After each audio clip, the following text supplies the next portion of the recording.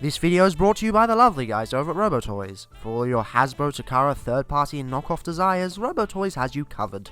For 10% off, use the code DrLockdown 10% off at the checkout. Now on to today's diagnosis.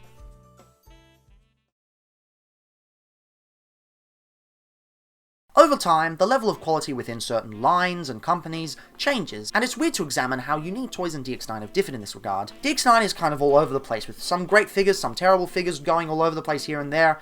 It's something they do. Their designs are of varying quality, but Unique Toys starts at the top, and then kind of just goes down like that. Granted, nothing ever got to the worst of DX9's offering in Unique Toys, but I feel that most of the strength at the beginning were due to the simplicity of the designs.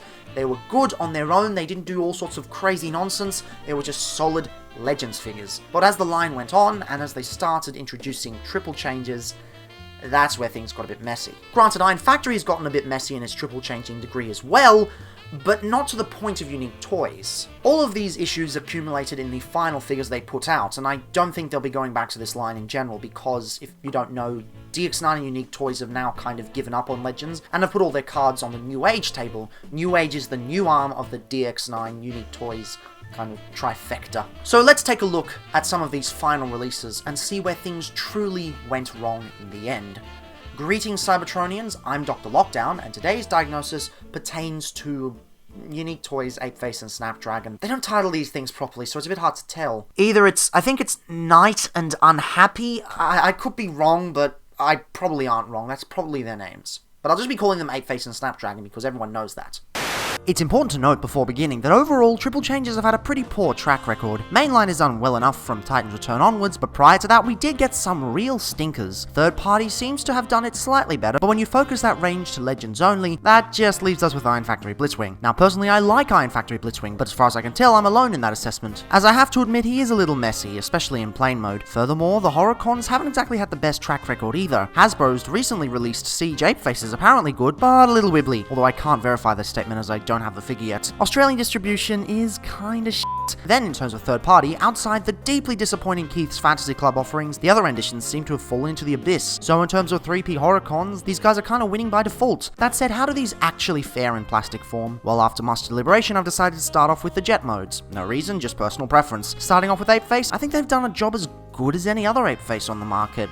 That is to say, it's pretty bad. That isn't knocking the figure itself. I don't really consider it a defining flaw, because pretty much every Apeface on the market has had an awful jet mode. From the G1 to the Siege to even the KFC version, they've all sucked pretty hard. I'm happy to report that this mode sucks a little less than the competition, but it is still pretty bad. The legs and arms back here are super obvious, but at least it's not a space brick like most renditions. I do really like the way they handle the wings. They're brilliantly sculpted and painted, although maybe they could have been a little bit longer. I understand why they weren't though, given the transformation. The nose cone walks the line of sleekness and Kibble City, and for a Legends figure I can easily let it slide. I think what really sells you on the design would have to be the profiling. Yes, the arms and legs are on full display, but at this small size and with some key design choices, he definitely comes across as more swooshable than you'd expect. And here's the thing, he may be problematic, but he's the best on the market while still being at the size of a Hasbro Legends figure, and that's bloody commendable. There's nothing I can really say here that'll potentially dissuade Apeface fans from enjoying this mode, and this kind of shittiness comes with the territory, and at the very least they've made it manageable. There's really only one issue I can actively hold against it, and that would be the nose cone, which seems to pop off far too easily. They should have just pinned it in, as they've done with some of the other joints on the body. Of course, as do all Unique Toys Legends figures, Apeface comes with a headmaster, and it's alright. It's commendable that they're able to pull it off at such a small scale, even if it has virtually no articulation. They've also listened to the criticism of the lack of head posability by giving him a pegged-in head that can all too easily be removed. That's why I don't recommend putting it in the headmaster cockpit, because once it goes in, it isn't coming out. You really can't grab onto it, as the head just pops right off. Bit of a bummer, to be honest. Moving on, much like his source material, Snapdragon fares a little better. At this small scale, it's a smidge messier than we're used to seeing, but in general the design cues are all present and accounted for. Whilst you do have to deal with more chunks of kibble like the beast feet, arms and neck, most of the robot parts are properly folded up. I especially love the way the wingspan works. It's not going too far, but it's still pretty aerodynamic. The underside is pretty clean too, or at least more so than Apeface's. I could have used a little more paint on the cockpit, as it does look a little bit plain, but it gets the job done for what it is. That said, I feel that although the big picture is much more solid, he does have a few more nitpicky issues than his Primate counterpart. For starters, the Headmaster's storage is pretty goddamn loose. No matter what you do, he'll end up wobbling around in there like there's no tomorrow. Still, at least it actually comes out of there. The looseness extends to the cockpit section, which doesn't tab in at all. There really should have been a locking tab of some sort, as lining up can be a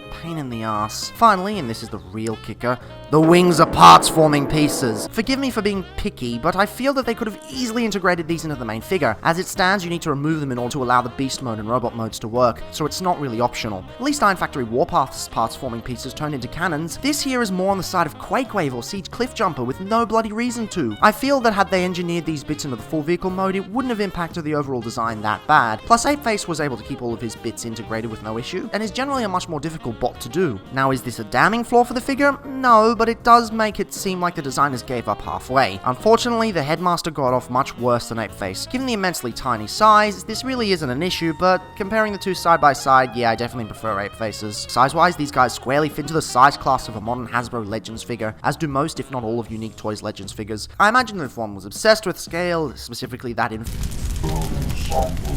these would fit in quite well, but hey, what do I know? So the transformations on these two are a little bit awkward in some spots, but in general, you should be able to figure it out with some instructions. I'm going to start off with Snapdragon here, simply because it's the most, well, simple. First thing you want to do is remove all of these bits here. Parts forming, oh no! Then you untab the arms like so. Rotate this entire section so you've got the arms facing downwards. Bring the legs into position along with the feet. Bring out the tiny little arms here. You can push the tail up just a little bit. Take this teeny tiny Headmaster and close it up so that it forms the jaws. And peg it into place. Very, very simple transformation. Apeface is a little more finicky. The first thing you want to do is untab the arms from here. Open up the cockpit and peg it into the nose cone, which will allow you to then bring this whole section down 180 degrees. Untab the torso section from there. Untab the legs like so. Rotate this section up 180 degrees. Collapse the arms into that, they'll just peg in. Open up this, which will allow you to bring out this panel here, and then close it up again. Rotate the waist 180 degrees, so you've got the chest facing forward. Close up the bottom section. Fold in these sections on the legs, so you get these two tabs here, and then that will peg into the sides, like so.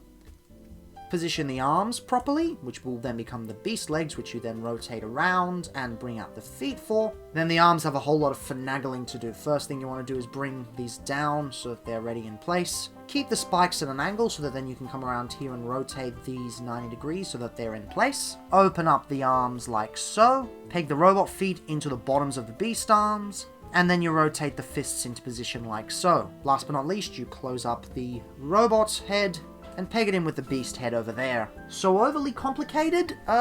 Yes. But well worth it?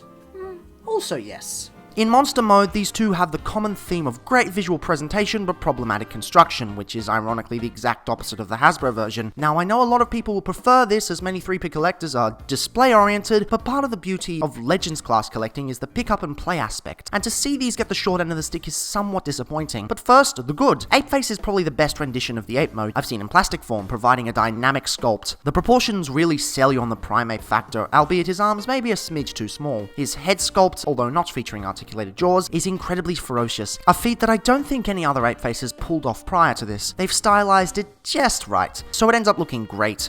The back is a little messy, but I commend the designers for not packing in all the extra kibble on the back. Yes, you have to contend with the robot face, but that's par for the course at this point, so it doesn't really matter. He's also got a lot more paint than his robot mode on show, especially on the chest and the arms, and the color breakup is near perfect. You've also got a crazy amount of joints, which I'll get into later, and it allows for some really good posability. Then Snapdragon. Yeah, there's not really that much good to talk about him. I mean, the colors are nicer than the jet mode, and the head sculpt is fine. But to be honest, it's just clunky. I'm not gonna lie and make the positives seem more important than they actually are, because he's not that great. You might even say he's McClunky. Yeah, I threw in that joke because this episode is coming out on the release day of Rise of Skywalker. Am I relevant? Oh, right, now, issues. Snapdragon? Why did I write Snapdragon? Right, Snapdragon. Right, Snapdragon. Everything.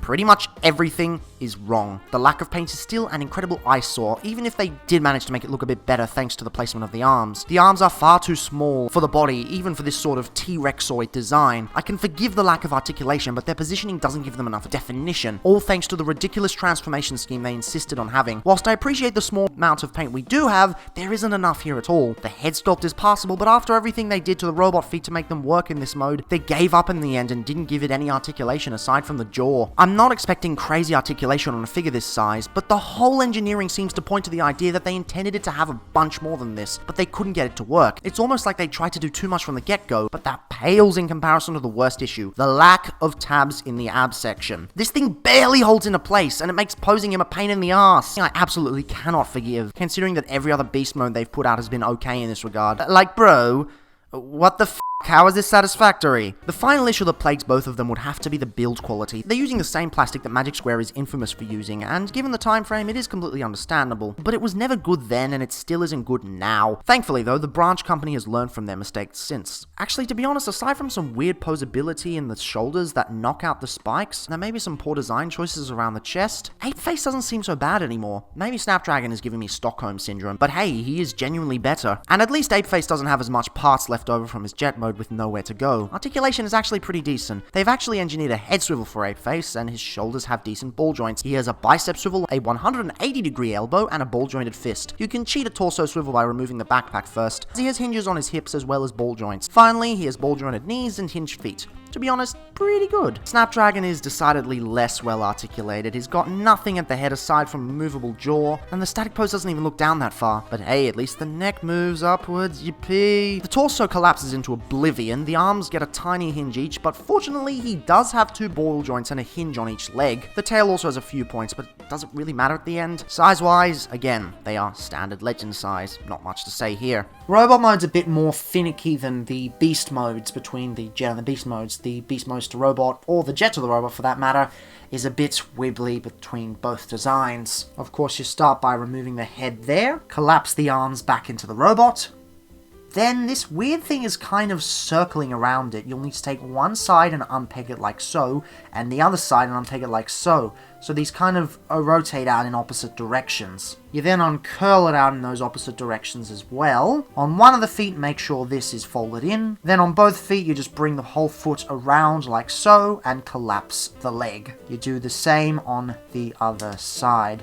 You rotate this whole section 90 degrees and then bring it round there. Rotate the nose cone 180 degrees and open up the chest, which will allow you to collapse it in and close it up. This section finally tabs in there, and then you can just bring it around like so and keep the feet in position and the legs all lined up. Take this whole nose cone section and fold it down. Keep the fists in position if they haven't been already. And head on! And, a bit plain, but an alright robot mode. For Apeface, you also take off the head, rotate these sections inward, which will allow you to bring this section down, untab them from the back.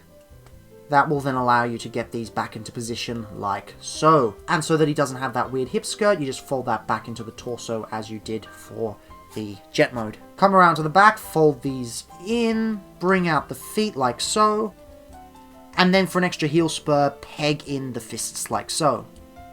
Finally, bring the arms down here into position and fold the fists in like so, which then makes a nice cohesive arm. And once again, from the other direction this time, head on! So once again, not the most enjoyable of transformations, but they do get the job done quite well and give us some pretty handsome robot modes. Surprisingly, in their robot modes, they're actually quite nice. I know Apeface and Snapdragon have had their issues prior, although Snapdragon much more so, but honestly these robot modes are about as good as one would expect for the size class at the time of release. Given the immensely complex overall transformation schemes any HorrorCon has to go through in general, yeah, I think they did a bang-up job. Snapdragon is a little plain looking overall, but fortunately he gets over a lot of his color separation issues and delivers a pretty clean robot mode. Thanks to the way he transforms, he's given minimal kibble, which I actually think is quite surprising. Whilst I would have taken the extra kibble over the compromises in the previous previous modes, there's no denying that the main mode that many will display him in is solid. Not just solid, but very solid. His head sculpt is, well, kind of ugly, and not in the horrific way the design is intended, but I feel that the overall design allows you to ignore it. There are some designs where the head sculpt ruins the figure, and others where it does not. Fortunately, this is one where it does not. The paint is subtle, but it is there. I did luck out on the QC sadly with some poorly done silver on the shoulders, but the purple on the shins goes a long way to making this design look pleasing. They even added ports for the extra parts forming bits. I mean, it would have been nicer if they outright didn't include parts forming, but small mercies, am I right? My only main gripe that actively makes me disappointed would have to be the proportions on the torso. I do feel it's a little too long. I acknowledge that making it shorter would have impacted the other modes even more, but personally I would have taken that sacrifice. Apeface though is a massive step upwards from the other two modes, although the other two modes were alright, with a clearly defined silhouette, a brilliant colour scheme, expert articulation, and all-around goodness. I realise that in general Apeface gets better treatment, as seen when he got released twice by Hasbro without a Snapdragon to accompany him, but it has to be said they have done a brilliant job. The head sculpt is lovely. I usually prefer my Apefaces to have a more angular design on this section, so this is right up my alley. The multiple layers on the chest do wonders for the design. Despite being made up of several bits of kibble, the legs look incredibly cohesive, and thanks to the fists acting as heel spurs, his stability is also on point. Yes, he is cursed with a small backpack, but considering the immense engineering required to pull off this design anyway, it's pretty much expected at this point, as is the ape head sculpt on the back. I'm also really happy they gave him a bunch of posability as well, as we have an incredibly dynamic sculpt, and this helps accentuate it. It's clear that out of the set, Apeface is the superior of the two, but in this mode at least both figures are good. I think thanks to the solidity of the other two modes, Apeface pulls ahead in general, but if you're only buying for the robot mode, I don't think these are a bad option. Articulation for Apeface is great, with a swivel at the head, hinges and ball joint at each shoulder, and a ball joint at the elbow that also acts as a bicep swivel. The waist swivels with ease, and he does have an ab crunch, but unfortunately it's below the waist swivel, and as such it doesn't get as dynamic as you'd hope. His hips and knees are on ball joints, and he's also got ball jointed and hinged feet for extra stability in crazier poses. Snapdragon is a little less limber, but still passable. His head also swivels, and his shoulder spikes fold out for extra motion on the ball jointed shoulder. His elbows are also ball jointed, as are his wrists, and he has a waist swivel. Finally, we get ball joints at the hips, knees, and feet. Relying on ball joints at this size to deliver a flexible fellow is a very sound decision. These could have easily been standard, or lacking in some areas, like some of Unique Toys' previous work, but fortunately they've put in the hard yards. Size-wise again, standard Legends figure size. Not much new here. And for one more comparison, here they are next to their wave mates. See, in order to get that cash money, Apeface was released alongside Highbrow, whereas Snapdragon was released alongside Cerebros, both within two separate 2-packs. If you only get one, I would recommend the Apeface and Highbrow one, not just because Apeface beats out Snapdragon, but because Highbrow is a better and more engaging figure than Cerebros. But that's another story for another time.